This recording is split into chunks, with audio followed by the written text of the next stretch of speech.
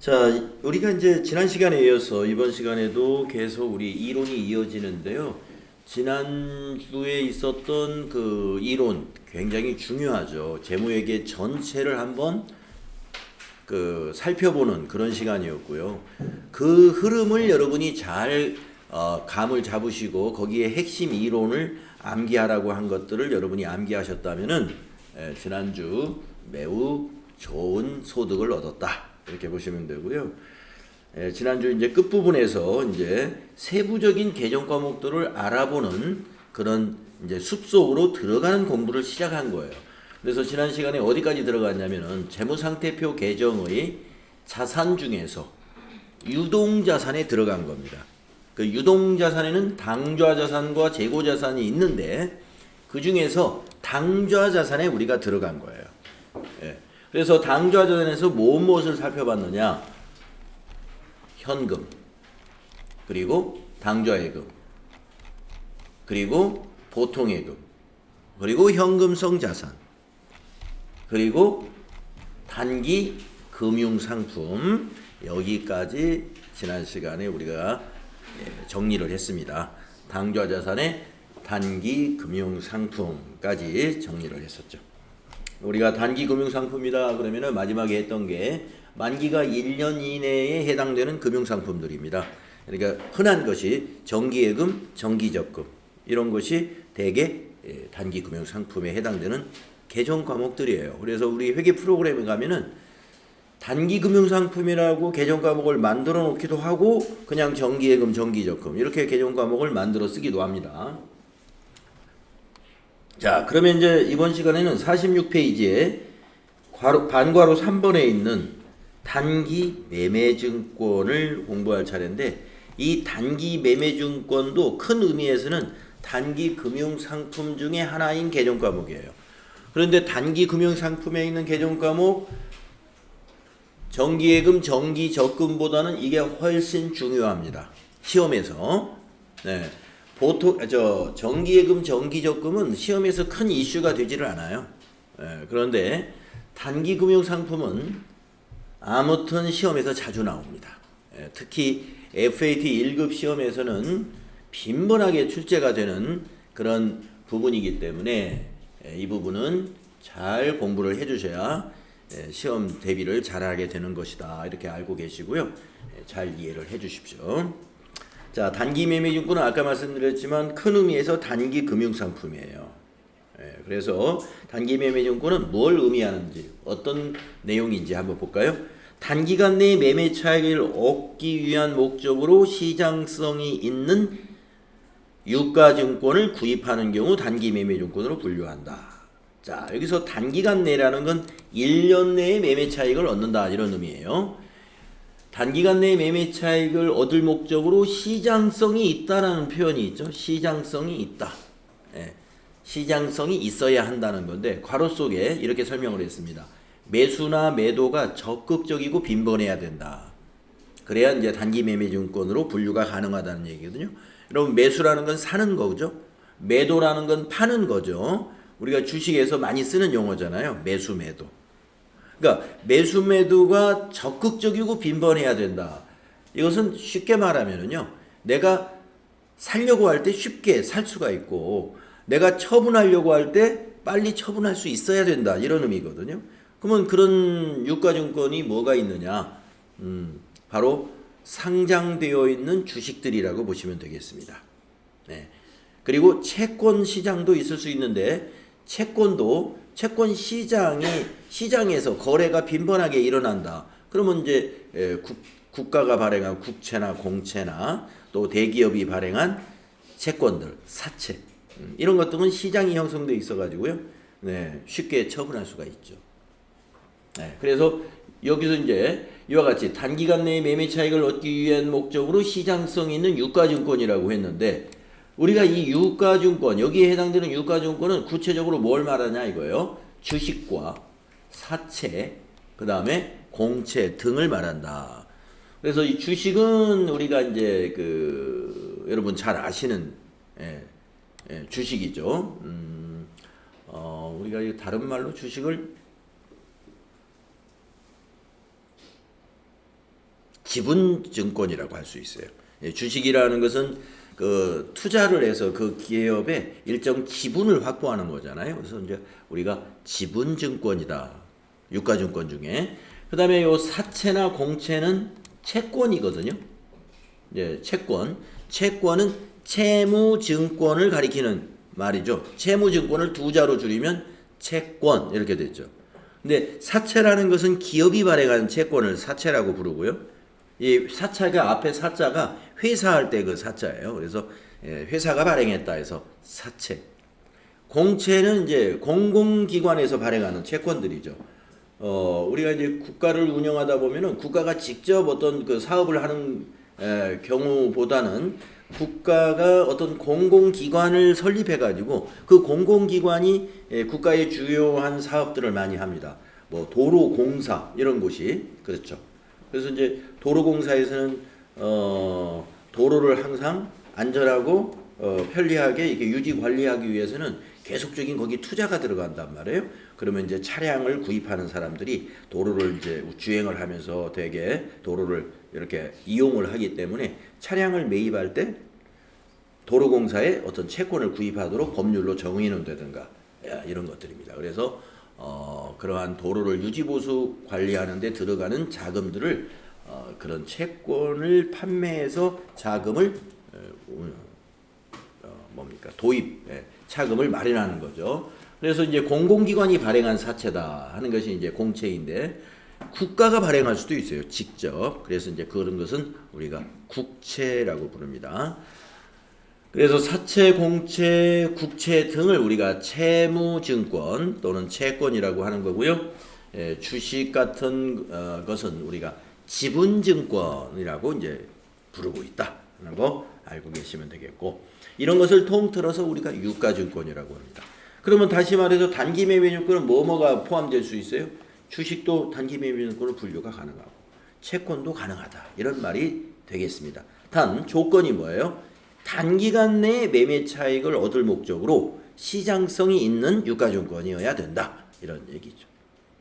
그러니까 어떤 회사 주식을 매입했다 하더라도 단기간 내에 매매 차익을 얻을 의사가 없이 장기간 어떤 다른 목적으로 장기간의 투자라든가 아니면 그 회사의 어떤 경영의 지분을 확보하기 위해서 조금씩 사서 모은다 이렇게 볼까요? 그건 단기매매증권이 아니에요. 그래서 단기매매증권으로 회계처리 기준을 우리가 개정과목을 분류하려면은 이런 조건에 맞아야 된다. 이렇게 꼭 기억하시고요. 네. 개정과목으로 하려면 유가증권으로 써야 되는 단기매매증권으로 써야 돼요. 단기매매증권에 유가증권 안 돼요. 예. 유가증권이라는 개정과목은 회계에서 쓰지 않으니까요. 지금 우리가 개정과목으로는 요 개정과목, 지금 단기매매증권의 개정과목을 지금 공부하고 있는 거니까요. 단기매매증권이라는 개정과목에 대한 이야기예요. 자, 그러면 단기매매증권 취득시 회계처리는 어떻게 하는가를 알아보겠습니다. 네, 지금까지 그 위에 다른 개정과목들 뭐 보통예금, 당좌예금, 정기예금, 정기적금 이런 거 취득시 뭐 이런 분계 소개가 없었죠. 근데 우리 교재에서 보세요. 단기매매증권 취득시 회계, 평가시 회계, 그 밑에 처분시 회계 이렇게 회계 처리 사례를 이렇게 넣어놨잖아요. 시험에 많이 나오기 때문에 이렇게 자세히 다루었다 이렇게 보시고. 자, 단기매매증권 취득 시 어떻게 회계 처리해야 되는가 보겠습니다. 구입 금액으로 회계 처리하라. 구입 금액으로 회계 처리하나. 뭘로 하지 말라는 거예요? 액면 금액으로 회계 처리하는 것이 아니다 하는 얘기입니다. 액면 금액. 자, 우리가 이제 유가증권에는요, 이 액면 금액과 거래되는 금액이 다른 경우가 상당히 많아요. 주식이 액면에는 5,000원이지만 시장에서는 5만 원에 거래가 되기도 하고요. 채권도 마찬가지입니다. 30만 원짜리 채권, 우리가 자동차를 살 때 30만 원짜리 채권을 산다 그러면 액면 금액에 사는 거거든요. 근데 그걸 사자마자 내가 이 채권 난 필요 없어 해가지고 돈이 필요하니까 바로 처분했단 말이에요. 영업사원, 그 자동차 영업사원을 통해서 나 그거 바로 처분해 달라 하면 바로 처분해 주죠. 근데 30만 원에 샀는데 시장에 팔면 뭐 27만 원 이렇단 말이에요. 실제 시장에서 거래되는 가격이 달라요. 그렇기 때문에 우리가 유가증권의 경우에 액면금액이 얼마 또는 공정가치가 얼마 이렇게 구분을 합니다. 여기서 공정가치가 바로 현재 거래가 된 시장 가격인데 구입금액이라고 보면 되겠습니다. 그래서 유가증권은 우리가 단기 매매증권은 구입금액으로 회계 처리하는 거예요. 그 액면금액으로 회계 처리하는 회사는 어디일까요? 만약에 채권이다 그러면 채권을 발행한 회사, 채권을 발행한 회사는 그걸 부채로 인식하거든요. 액면금액으로 부채로 인식해요. 액면금액. 왜 그러냐면 채권을 발행한 그 회사나 국가기관 또는 그 공기관은 나중에 원금을 만기 때 그 액면금액만큼 돌려주거든요. 액면금액으로. 그렇기 때문에 발행한 회사는 액면금액으로 회계 처리하는 거고요. 주식도 마찬가지입니다. 우리 여러분들 분계 연습 해봅시다 하면서 1번 분계 때 뭐 주식 100주를 액면가로 얼마 발행했습니다 하면서 주식의 자본금이라는 주식을 발행하면 자본금이라는 개념 과목 자본금을 증가시키는 건데 그때 액면가로 표시하는 것입니다. 이렇게 얘기했었어요. 근데 아마 잊어버렸을 겁니다. 발행하는 회사는 액면가로 자본금으로 잡는다. 자, 그래서 우리가 단기 매매증권으로 분류한다는 건요. 우리가 이것을 발행하는 쪽의 회사가 아니에요.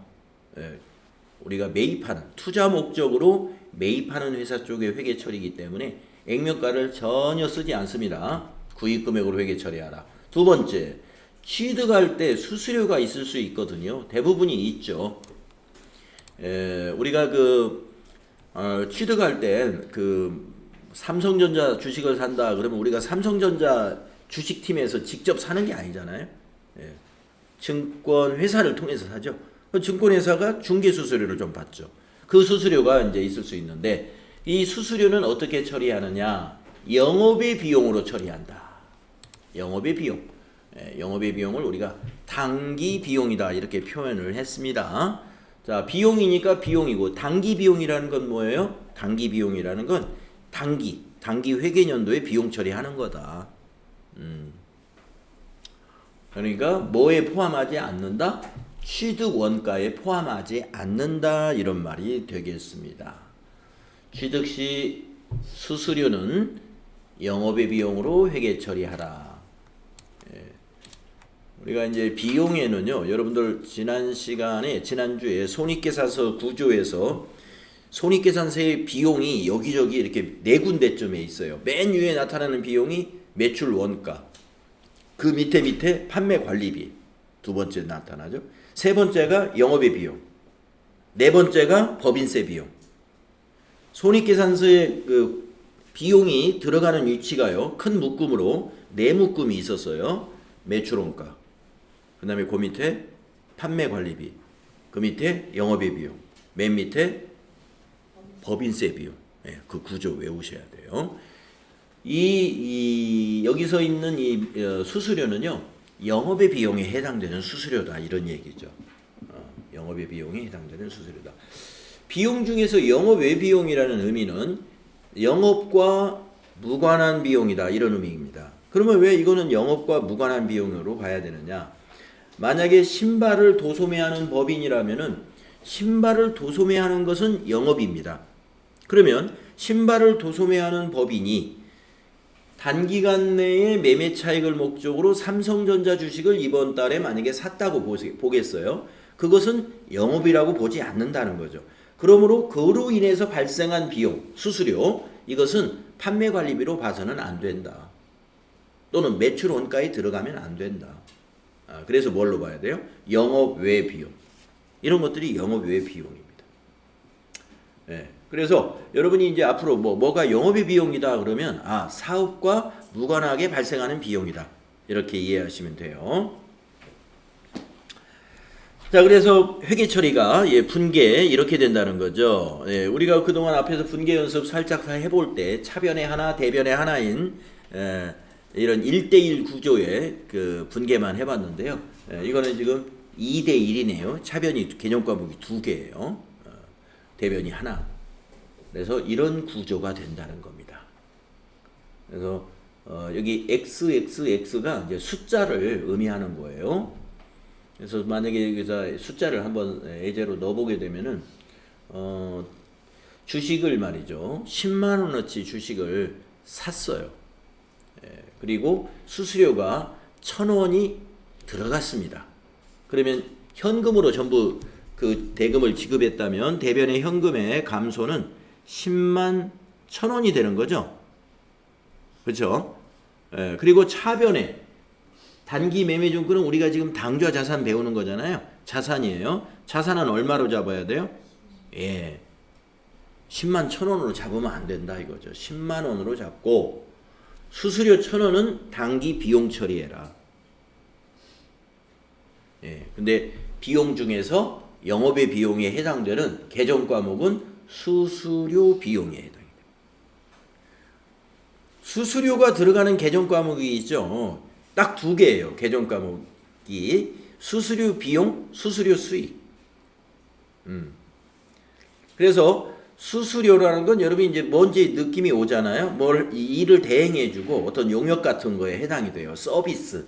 이런 서비스 같은 걸 대신해주고 그 서비스 요금을 받는 걸 대개 수수료라고 부릅니다.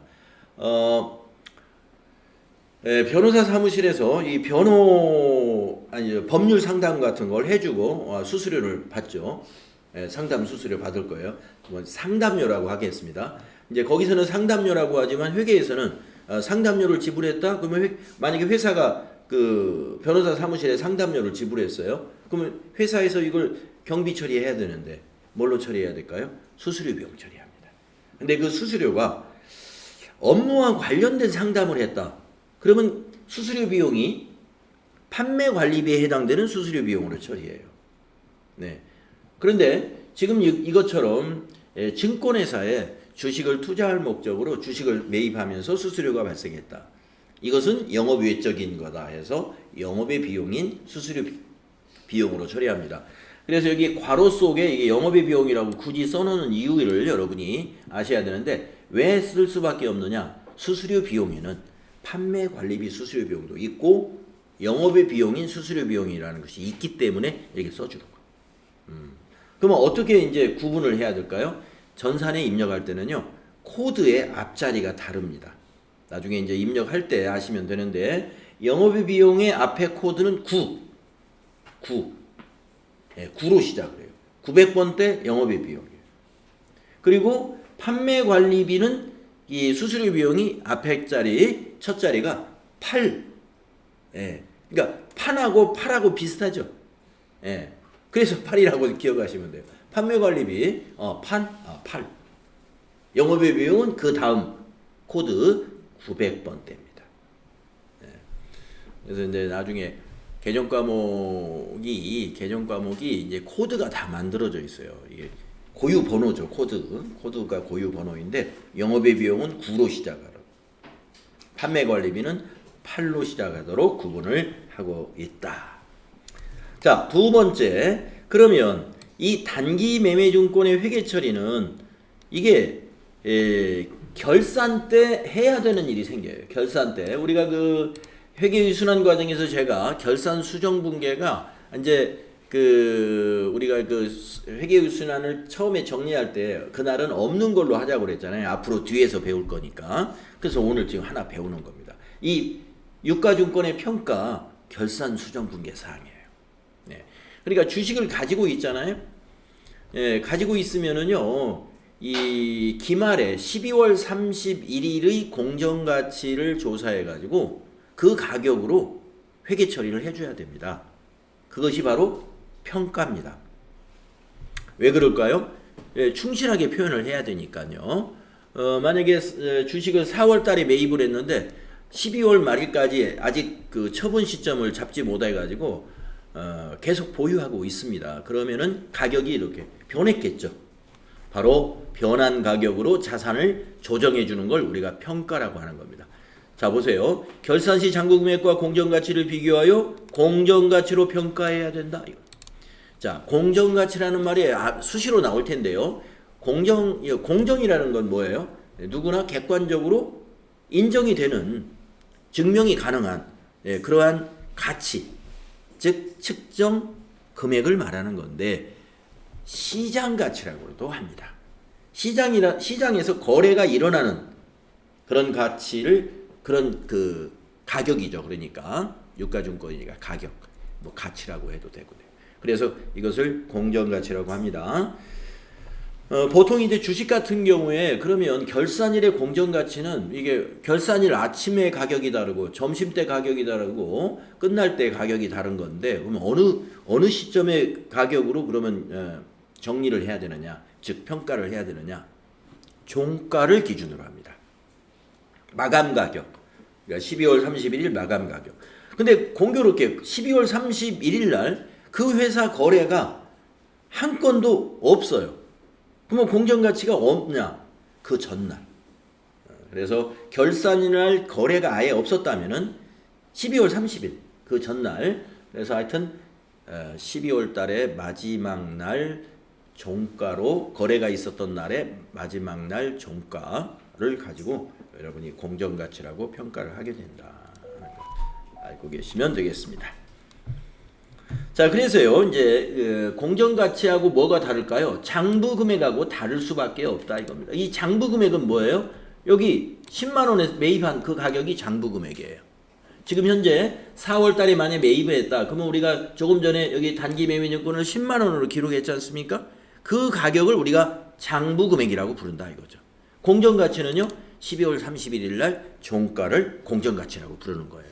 그러면 그 비교를 하니까 차액이 발생하죠. 이 차액은 단기 매매증권 평가 손익.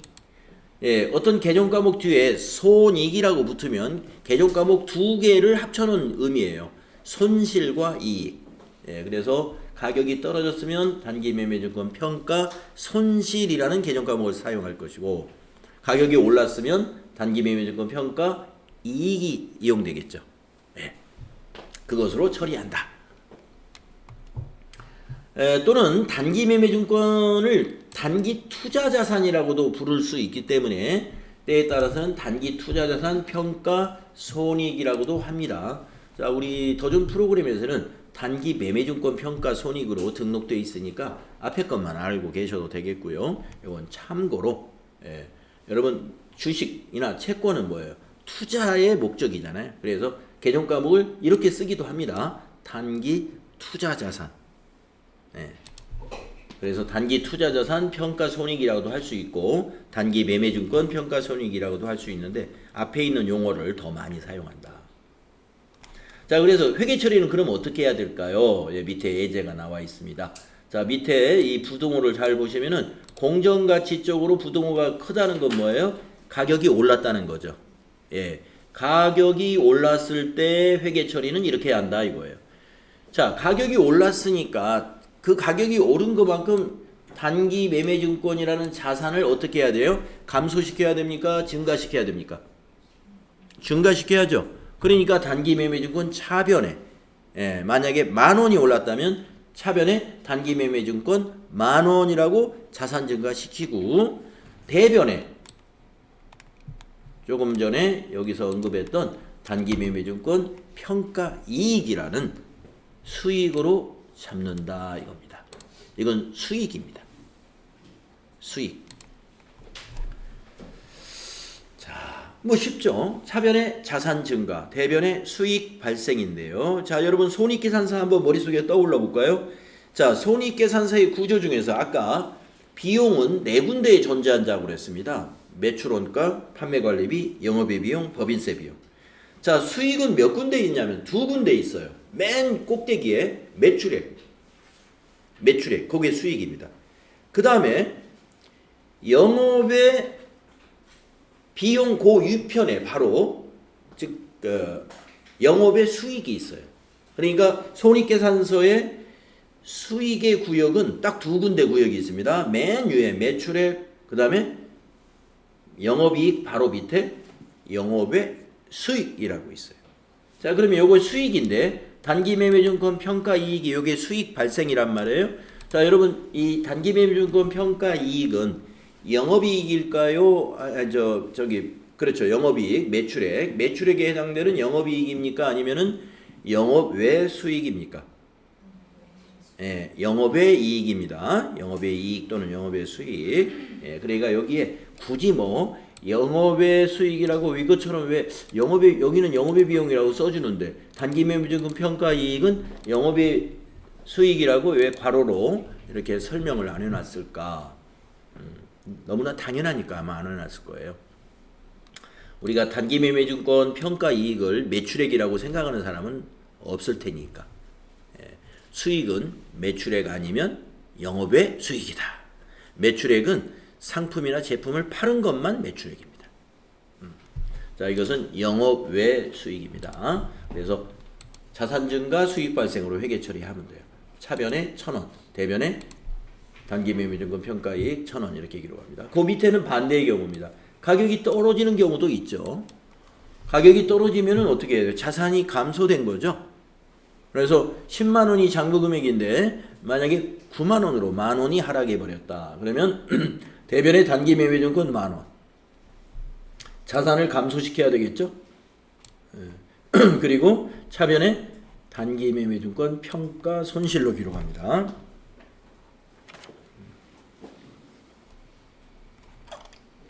단기 매매증권 평가 손실. 그래서 단기 매매증권 평가 이익과 단기 매매증권 평가 손실은 서로 짝꿍이 되는 계정 과목에 해당이 되죠. 그래서 가격이 떨어지면 단기 매매증권 평가 손실. 그러면 이건 뭐예요? 영업의 비용이죠. 영업의 비용.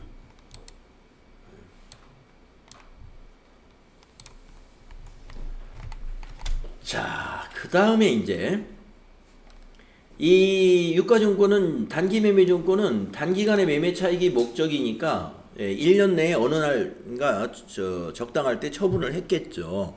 그러면 처분할 때 회계 처리 어떻게 되는가 볼까요? 자, 장부 금액과 처분 금액의 차액을 단기 매매증권 처분 손익으로 또는 단기 투자자산 처분 손익으로 인식하면 됩니다. 네. 아까 위에 평가 때는 단기 매매증권 평가 손익으로 처리했죠.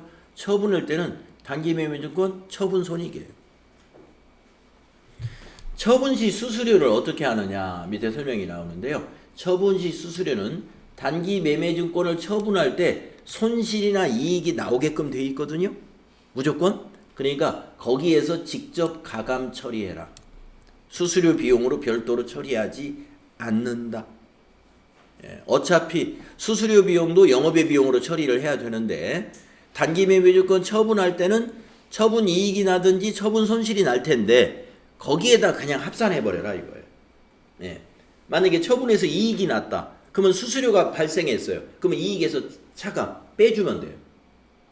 반대로 처분할 때 손해를 보고 팔았어요. 그러면 그 손실 금액에다가 수수료를 더해버리면 돼요. 그러니까 수수료가 손실 보고 팔 때는 수수료가 손실에 더해지는 거고 이익을 내고 처분할 때는 수수료가 이익에서 차감되는 거고 그래서 계정 과목을 그냥 하나로 처리한다. 단순화했죠. 계정 과목을. 그러니까 만약에 손실이 났는데 차변에 단기 매매증권 처분 손실 나오고 또 영업의 비용으로 수수료 비용 또 나오고 이렇게 하지 말자 이거예요. 처분 손실에다가 이 수수료 비용을 그냥 더해버리자. 같은 집안이거든요. 수수료 비용도 영업의 비용. 단기 매매증권 처분 손실도 영업의 비용이니까 하나로 그냥 단일화 해버리는 거예요. 이익이 났을 때도 마찬가지. 이익에서 수수료를 빼버리는 거예요.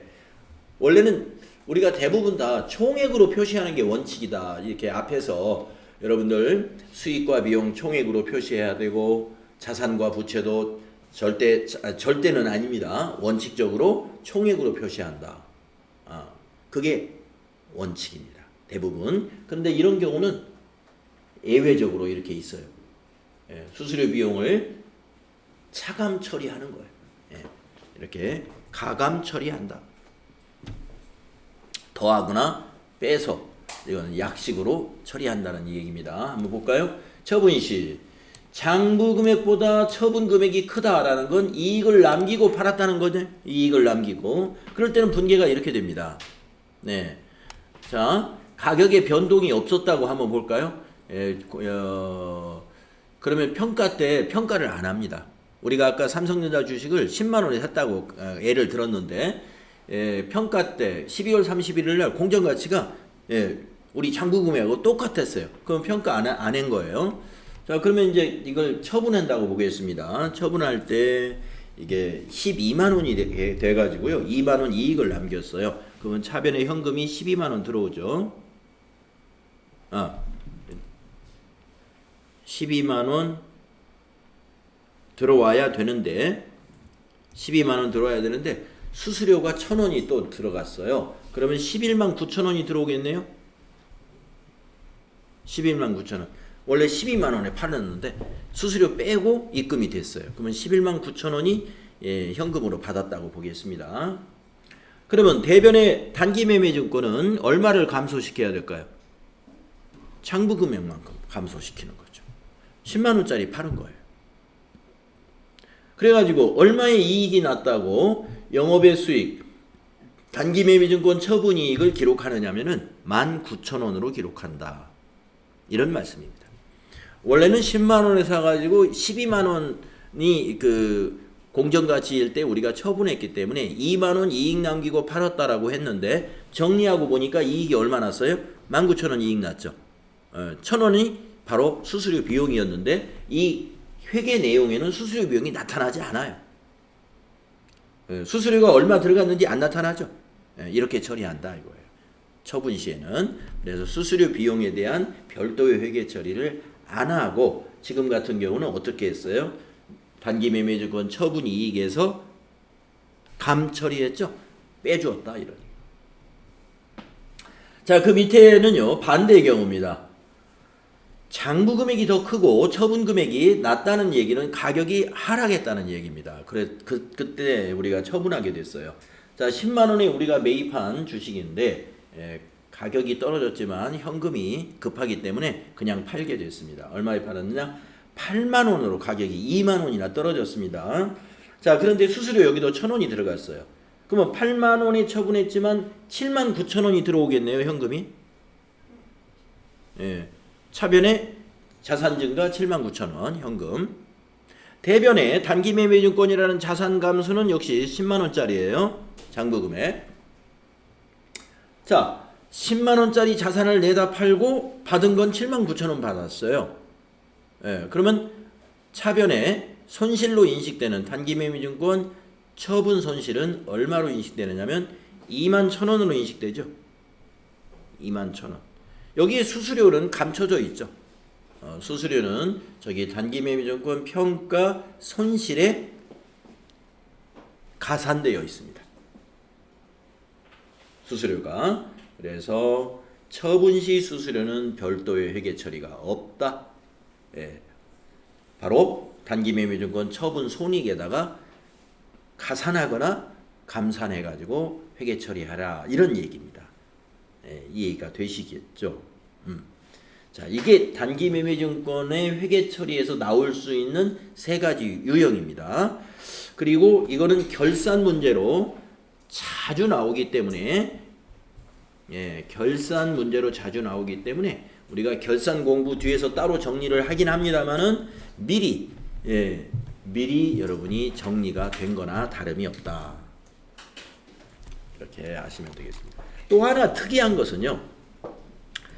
앞으로 이제 여러분이 이런 경우를 한 번도 보지 않을 텐데 어떤 경우냐면 취득 시 수수료를 단기 비용으로 회계 처리하는 일은 매우 예외적이에요. 요런 경우가 이제 단기 매매 증권에만 있을 수 있다. 여러분 단기 매매 증권 지금 우리 자산 배우는 거잖아요. 이 단기 매매 증권만 취득할 때 수수료를 비용 처리하고요. 앞으로 뒤에 나오는 다른 자산들. 그러니까 유가증권 중에서도 단기 매매 증권 말고요. 매도 가능 증권이나 만기 보유 증권으로 회계 처리하는 경우가 있거든요. 이건 이제 투자 자산으로 분류되는 개념 과목인데 그러니까 여러분이 그렇게 한번 생각해 보실 수 있죠. 만약에 어떤 회사의 주식을 샀는데 여기서는 단기간 내에 매매 차익을 목적으로 한다고 그랬어요. 그러면 단기간의 매매 차익이 아니고 장기간의 투자 목적으로 그런 목적으로 그러면 매입을 했다면 개념 과목이 뭘까 궁금하시잖아요. 예. 그럴 때는요. 주식이면 매도 가능 증권. 매도 가능 증권. 개념 과목 이름이 좀 이상하죠. 채권도 매도 가능 증권. 그런데 채권 중에서는 우리는 매년 이자를 받을 목적으로 채권을 샀다. 그러면 어때요? 만기까지 가지고 있겠다 하는 취지죠. 만기까지 가지고 있으면서 이자만 받으려고 이자 수익을 얻으려고 채권을 매입했다. 그러면 만기까지 보유할 목적이 있는 거거든요. 그럴 때는 또 개정 과목이 만기 보유증권이 있습니다. 정리해드리면 유가증권의 개정 과목은 단기 매매증권 외에 매도 가능 증권이라는 개정 과목이 있고요. 이건 투자 자산이에요. 또 하나는 만기 보유 증권이라는 개정 과목이 있습니다.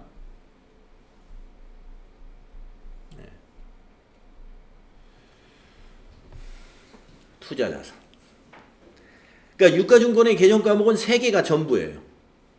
단기 매매 증권이거나 아니면 매도 가능 증권이거나 아니면 만기 보유 증권이다.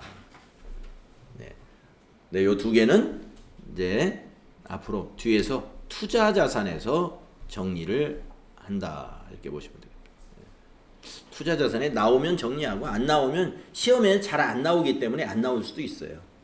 얘보다 우리가 이제 급수가 좀 높아지는 TAT 급수에 올라가면은 이제 이 투자 자산 쪽에서도 문제를 꽤 나오는 편이니까 매도 가능 증권, 뭐 만기 보유 증권 이것이 나오겠습니다만은 지금 현재 FAT 1급에서는 투자 자산 쪽에서는 거의 시험 문제를 잘 안 내니까요. 참고로 알고 계시면 돼요. 그러니까 유가증권에 관련된 개정 과목이 이렇게 3개가 있다. 투자 목적으로 만약에 주식이나 채권을 샀을 때 회사가 회계 처리한다면 요 3개 중에 하나가 되는 거예요. 그러니까 만기 보유 증권은 제일 쉬워요. 만기까지 보유할 목적으로 채권을 샀다. 그러면 그게 만기 보유 증권입니다. 개정 과목이. 자, 그래서 이제 유가증권도요. 이 매도 가능 증권이나 만기 보유 증권으로 회계 처리할 때는 매입시 수수료 있죠. 그것을 취득 원가에 포함시켜요. 단기 매매 증권은 단기 매매 증권처럼 별도로 비용 처리를 안 합니다. 그러니까 이건 매우 예외적이다. 이거 예외적 이거. 앞으로 이런 일은 거의 없을 거예요. 뒤에서 자산을 취득하면서 예를 들어서 기업이 말입니다. 업무에 영업에 사용할 목적으로 건물을 하나 사면서 건물 관련된 중개 수수료를 납부했다든가 그 부동산 중개업자에게 그것도 중개 수수료 내야 되잖아요. 건물을 10,000원에 사고 중개 수수료 1,000원을 지불했다. 그러면 건물 취득 가격이 11,000원이 돼요. 중개 수수료를 수수료 비용 처리하지 않습니다. 그 다음에 건물을 또 사가지고 건물 같은 경우는 또 등록도 해야 되고 세금 취득세라는 또 세금도 내야 됩니다. 그래서 등기소에 등록할 때 등록세 또 세무서에 취득세 이런 걸 납부하거든요. 그 세금도 그 건물의 취득 원가에 포함돼요. 그래서 만약에 중개수수료 1,000원 들어가고 취득세 1,000원 들어가고 등록하는데 등록세 1,000원 들어갔다. 그러면 이 건물 사면서 3,000원의 비용이 발생했잖아요. 그것을 비용 처리하지 않는다는 거죠. 이 3,000원을 뭐로 해요? 자산의 취득 원가로 본다. 단기의 비용으로 보지 않는다. 단기의 비용으로 보지 않고 이것을 감가상각으로서 그 유형자산의 사용 연수만큼 나누어서 비용 처리한다는 그런 개념이죠. 그러니까 앞으로는 자산 취득하면서요 발생하는 여러 가지 취등록세라든가 중개수수료라든가 이런 것들은 비용 처리하는 일이 없습니다. 단기 매매증권 요것만 아주 예외적으로 취득할 때 수수료를 수수료 비용으로 처리한다. 요거 잘 기억하시면 되겠어요. 자, 단기 매매증권 중요하기 때문에 이게 상당히 많은 부분으로 설명이 되어 있고요. 다음은 매출 채권을 알아보겠습니다. 자, 당좌 자산이 이제 매출 채권이 끝일 겁니다. 매출 채권까지가 이제 당좌 자산이죠. 기타 당좌 자산이 좀 있군요. 네, 기타 당좌 자산. 네, 당좌 자산 개념 과목이 상당히 많아요. 자, 그 중에서 매출 채권. 매출이라는 건 여러분 아실 것이고, 판매가 매출이에요. 채권, 받을 권리. 판매하면서 채권이 발생했다. 개정 과목이 딱 두 개입니다. 외상으로 판매한 거 외상 매출금이라는 개정 과목으로 처리합니다. 외상 대금을 외상 매출금. 또는 어음을 받고 상품을 팔았다. 그러면 받을 어음으로 회계 처리합니다. 그래서 매출 채권 하면은 개정 과목이 두 개예요. 외상 매출금, 받을 어음.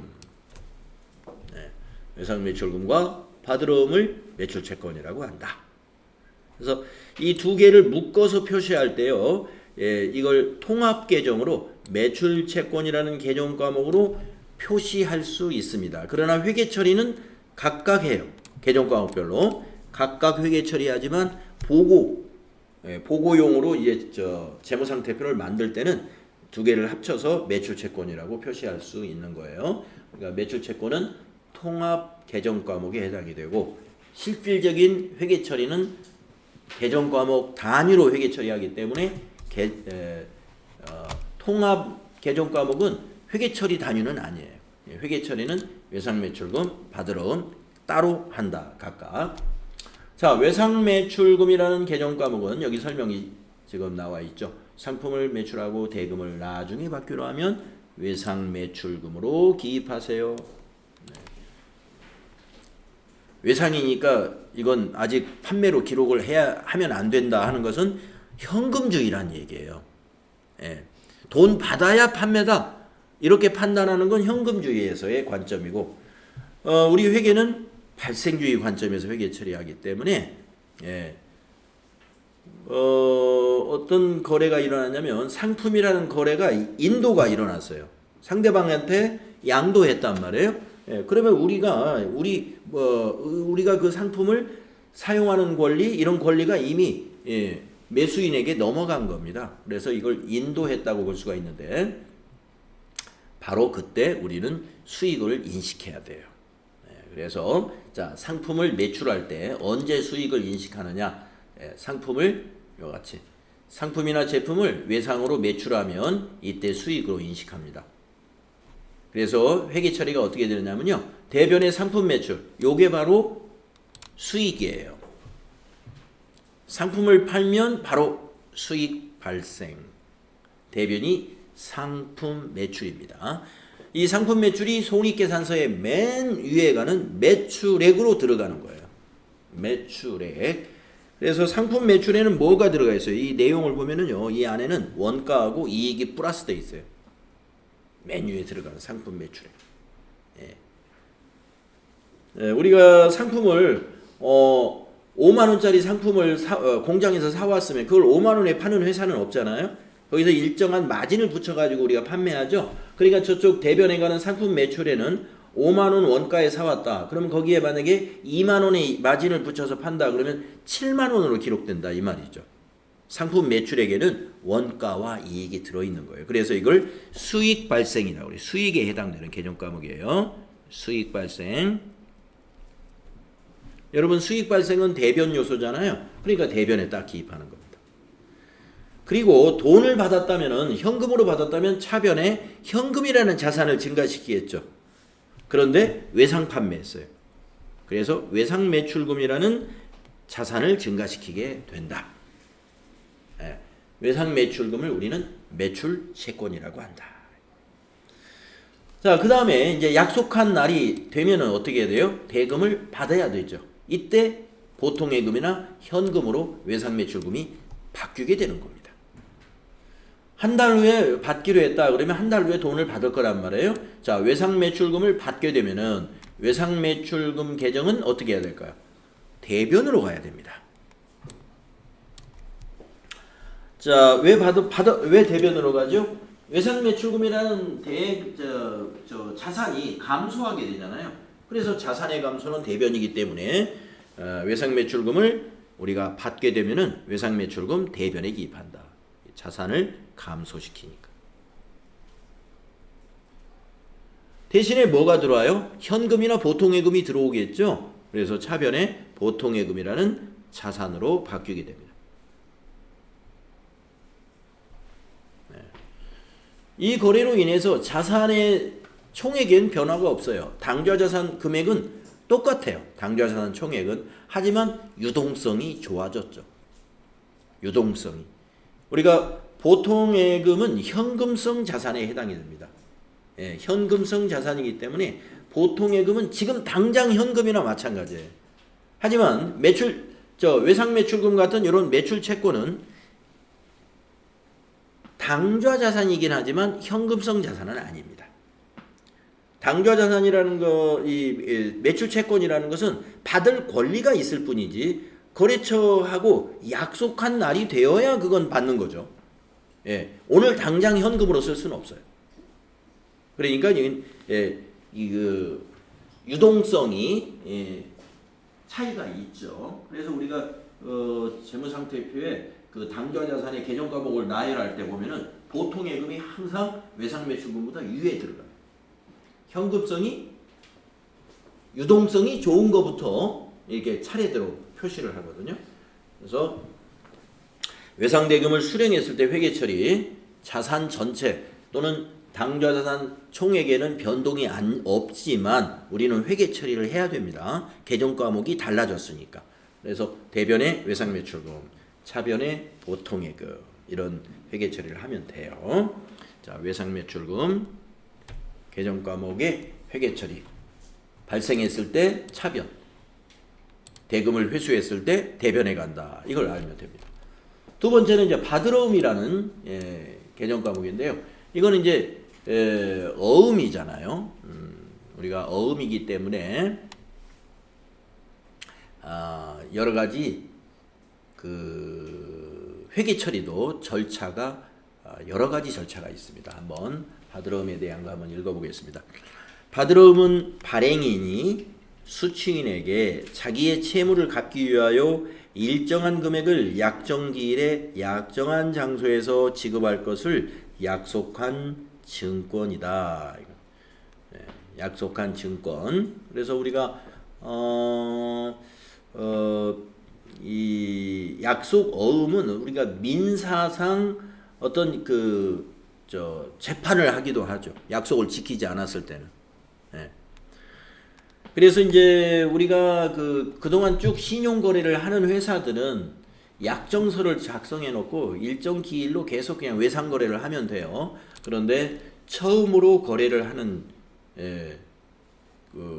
신규 거래처라든가 이런 데는 그 회사하고의 그 회사의 신용 조사라든가 이런 것들이 안 되어 있기 때문에 우리가 외상을 해달라고 해도 외상은 좀 곤란한데요. 어음 발행 혹시 안 되겠습니까? 하면 그러면 어음을 발행해 주겠습니다. 해줍니다. 그냥 외상을 하는 것보다는 어음을 받아 놓음으로써 우리가 권리를 더 명확하게 할 수가 있죠.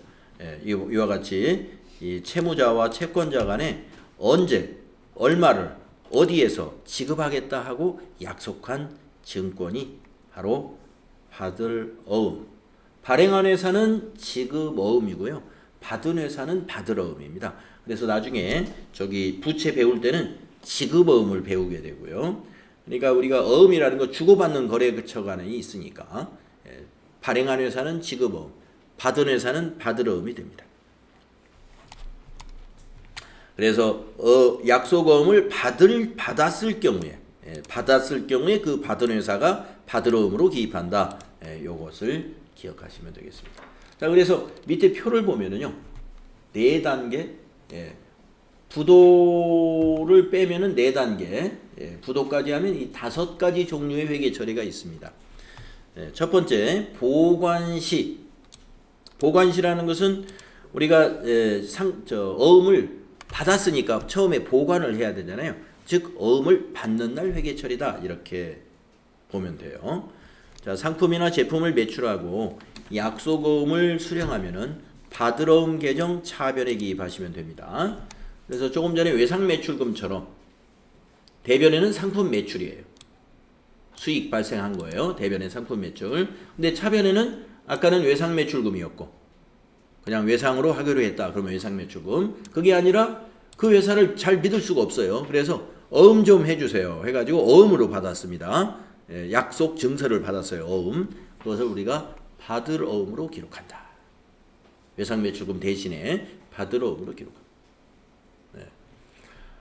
그리고 받을 어음에는요, 언제까지 지급하겠다라는 그 날짜가 있습니다. 그 언제까지 지급하겠다는 그 지급일자가 만기일인데, 만기일.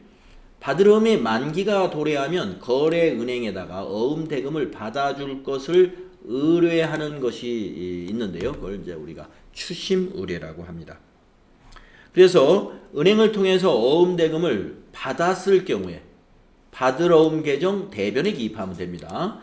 만기 때 무난히 돈을 받게 됐어요. 그러면 이제 받을 어음이라는 자산은 감소하게 됩니다. 우리가 외상매출금 대금을 받았을 때도 외상매출금 대변에 기입하잖아요. 어음도 만기가 되어서 돈을 받게 됐다. 그러면 받을 어음 대변. 원리가 똑같습니다. 차변에는 보통예금으로 들어왔으면 보통예금이라는 자산을 증가시키고 당좌예금 계좌로 들어왔으니 여기서는 당좌예금 계좌로 들어왔다고 가정을 한 거예요. 당좌예금으로 증가시키면 돼요. 그래서 여기까지는 우리가 외상매출금의 그 분계 원리하고 똑같습니다. 외상매출금도 받으면 이렇게 되죠. 그런데 이 수수료 비용이 나올 수가 있어요. 수수료 비용이. 이 수수료 비용은 이제 거래은행에서요, 추심료를 받는 은행도 있고 추심을 그냥 서비스로 해주는 회사도 있을 수 있습니다. 우리가 이제 뭐 개인들이 은행을 이용할 때도 계좌이체 같은 거 보면은 같은 은행끼리 계좌이체를 하면은 수수료를 안 받는데 내가 만약에 농협은행에서 다른 은행으로 계좌이체를 만약에 해야 되겠다 그러면 고객님 여기 수수료가 있는데 괜찮겠어요? 뭐 이렇게 물어볼 수 있죠. 그런 경우 아마 여러분 경험했을 거예요. 그래서 돈을 어디로 보내 송금을 하는데 수수료 받잖아요. 그것도 수수료 비용이에요. 자, 이것도 돈을 받아주면서 수수료를 받을 수가 있어요. 자기 회사 지급지가 거래은행이 농협은행이 지급지로 되어 있으면 안 받을 수 있습니다. 근데 지급지가 국민은행, 뭐 강남지점으로 되어 있다라고 하면은 우리가 거래은행이 농협은행이지 국민은행이 만약에 없다 그러면은 농협에 가서 받아달라고 할 수가 있습니다. 그러면 다른 은행을 통해서 이렇게 돈을 받기 때문에 추심료라는 게 발생을 하는데요. 추심을 해주는 그 서비스 비용이다 하는 거죠. 그 추심료 하면은 그것을 수수료 비용으로 처리하면 돼요. 수수료 비용이 지금 두 번째 나오잖아요. 근데 지금 나온 이 수수료 비용은 800번대 수수료 비용입니다. 이런 얘기죠. 판매비와 관리비에 해당된다. 아까 앞 페이지에서 나왔던 단기매매증권 취득할 때 수수료도 수수료 비용인데 그거는 영업의 비용이다 그랬잖아요. 요거는 판매비와 관리비입니다. 왜 그럴까요? 이 수수료가 왜 발생했냐면 상품을 판매하면서 그 어음을 받게 됨, 대금 결제 수단으로 어음을 받게 됨으로써 그로 인해서 수수료가 나온 거예요. 대금 받으면서. 그러니까 이건 판매 활동과 관련이 있는 겁니다. 이 수수료는. 그래서 이거는 판매 관리비로 분류하는 게 맞다. 네. 그래서 이제 여러분이 한글로 된 계정 과목이 같은데도 불구하고 이것을 손익계산서에 영업의 비용으로 구분하는지 판매 관리비로 구분하는지 이것까지 알아야 되는구나. 근데 그게 개념이 여러분이 그 비용이 무슨 이유로 발생했는가를 판단하시면 쉽다 이거예요. 판매 활동에 관련이 있느냐 이렇게 판단하시면 돼요. 이거는 관련이 있죠. 매출, 상품 매출 대금 회수에 관련돼서 발생한 거예요. 그래서 판매비와 관리비로 구분해야 된다. 자, 그 다음에 어음이라는 것은요, 다른 사람에게 양도할 수도 있습니다. 자기가 끝까지 가지고 있을 필요가 없어요.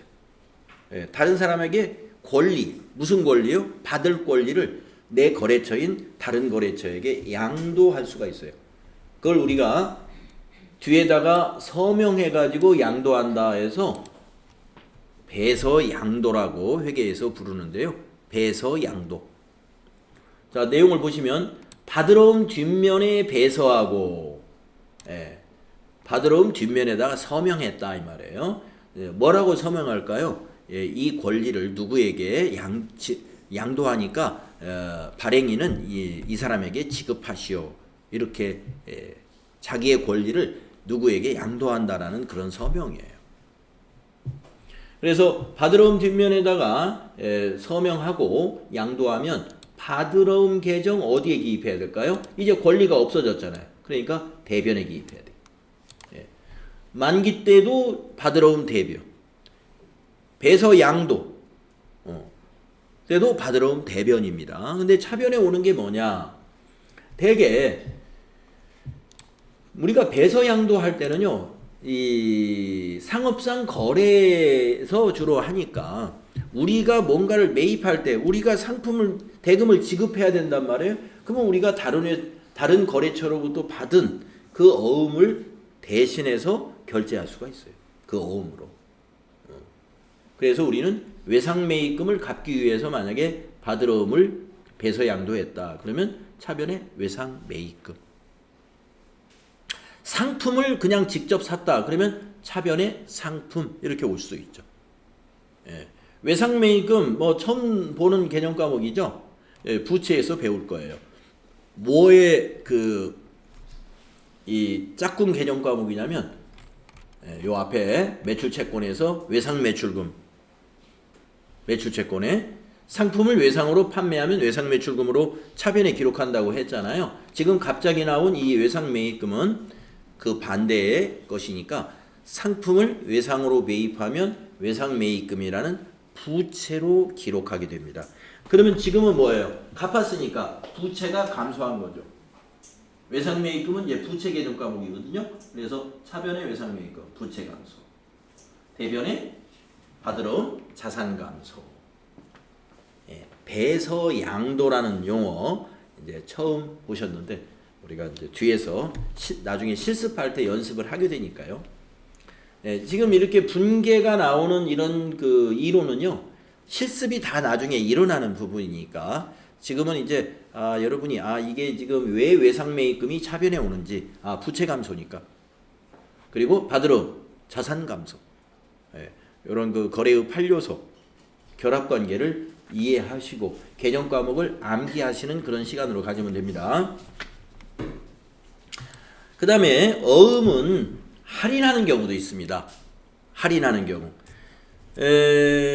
우리가 어음을 할인한다는 것은 무슨 의미가 되느냐면요. 만기까지 가지고 있질 못하고 은행에다가 처분하는 것을 우리가 할인이라고 합니다. 은행에서 안 받아주는 어음은 개인 간의 할인도 합니다. 개인 간에. 네. 그렇지만 이제 우리가 여기서는 은행에다가 배서 양도했다. 자, 받으러음이 만기가 되기 전에 은행에다가 양도했다 이거예요. 자금을 조달하기 위해서. 자금을 조달하기 위해서. 그러니까 아직은 어음은 말입니다. 현금처럼 쓸 수가 없는 것이죠. 그래서 우리가 만약에 회사에 운영자금이 필요해요. 내일 모레 바로 이제 급여를 지급을 해줘야 되는데 급여 지급은 이제 회사의 보통예금에서 계좌이체를 해줘야 되는데 보통예금에 지금 잔고가 없단 말이에요. 근데 어음은 지금 한 1억짜리 어음이 하나 있어요. 1억짜리 어음은 있는데 지금 보통예금에 잔고가 없어요. 이번 달 급여가 한 5천만 원 한 이틀 있다가 계좌이체를 해줘야 되는데 그러면 이 1억짜리 어음을 깡을 한다고 그러죠. 그걸 맞아요. 깡, 어음 깡. 그걸 우리가 표준말로 할인이라고 합니다. 회계에서. 그러면 은행에 가지고 갑니다. 은행에서 이제 만기가 만약에 2달 정도 남았다. 그러면 그 2달치 이자를 은행에다 줍니다. 그러면 1억을 2개월 이자 현재 금리로 계산을 해요. 은행에서. 그래서 그걸 수수료로 빼요. 빼고 만약에 수수료가 50만 원이 나왔다. 그러면 1억에서 50만 원 뺀 돈을 통장에 넣어주죠. 그걸 우리가 어음의 할인이라고 합니다. 이게 이제 어음을 할인하는 목적은요, 자금이 딸리기 때문에요. 자금 조달을 위해서. 만기까지 가지고 있으면 수수료가 안 나가는데, 안 나가는데 어쩔 수 없죠. 현금이 부족하니까 은행에다가 수수료를 부담하고라도 돈을 만들어야 되죠. 자, 그때 회계처리입니다. 자, 그때 그 은행에서 이자 떼는 것을 할인료라고 그래요. 할인료. 아까는 만기 때 은행에서 수수료 받는 것은 추심료라고 부르는데요. 추심료라고 부르는데 이거는 할인료라고 부릅니다. 할인료는 할인료에 또 어떤 문제에서는요, 할인료 얼마, 추심료 얼마 이렇게 세부적으로 청구를 하는 경우도 있어요. 만약에 할인을 할 때 할인료 얼마, 추심료 얼마 이렇게 나눠져 있으면요, 전부 다 그냥 할인료로 하나로 보시면 되겠습니다. 계정 과목 그냥 요거 하나로 처리하시면 된다. 이렇게 보시면 되겠어요. 자, 그러니까 아까 추심료는 수수료 비용이었어요. 그리고 판매관리비였죠. 그런데 할인할 때 할인료를 보세요. 수수료가 아닙니다. 매출채권, 처분손실. 이러한 계정 과목들을 우리가 이제 익혀 나가시는 거예요. 자,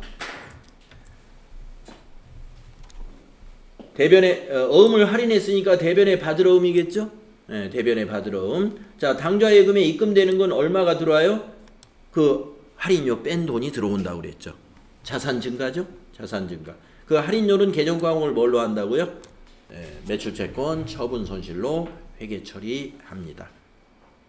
그래서 거래의 결합 관계를 적어 보면은요, 대변에 받을 어음이면 뭐예요? 자산 감소 맞습니까? 네, 맞죠? 차변의 당좌 예금은 뭐죠? 자산 증가 맞죠? 차변의 매출채권 처분 손실은요? 비용 발생이죠.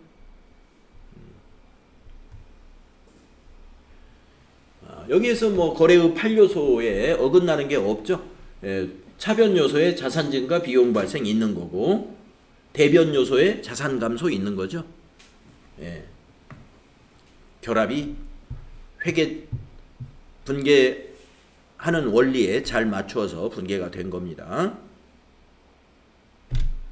자, 마지막으로 어음이 부도가 났을 때, 부도라는 건 뭐냐면 받을 어음 만기가 되기 전에 거래처가 부도가 확정돼 버렸다. 자, 만기가 한 2달 정도 아까 남았다고 하는 어음이 있다고 그랬는데요. 그 어음이 2달 정도가 이제 그 우리가 만기인데 그 전에 그 회사가 부도가 났다고.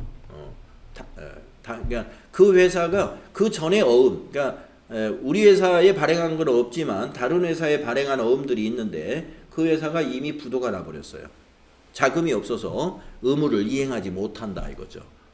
그러면 우리 회사는 이 받을 어음을 일단 받을 어음을 부도어음과 수표라는 임시 개정 과목에 임시 개정 과목으로 대체를 시켜 놓습니다.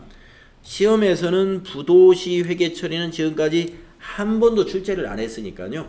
이건 그냥 참고로만 알아두시면 되겠고, 여기서 여기까지는 번갈아 가면서 한 문제 FAT 1급에서 보관으로 문제가 나오거나 만기가 되었다고 문제를 내거나 배서 양도로 문제를 내거나 할인으로 문제를 내거나 하는 문제는 FAT 1급 실기 시험에 실무 시험에 한 문제는 꼭 나올 거예요. 4개 중에 하나는 꼭 나옵니다. 그래서 이 회계 처리 받을 어음과 관련된 회계 처리는 4개 중에 하나다. 이 4개 중에 한 문제가 반드시 나온다 하는 것이죠. 자, 그래서 지금 이 시간에는요 여기까지 정리를 하겠습니다. 질문이 있으시면 지금 질문하셔도 되고요. 다음 시간에 또 질문하셔도 되겠습니다.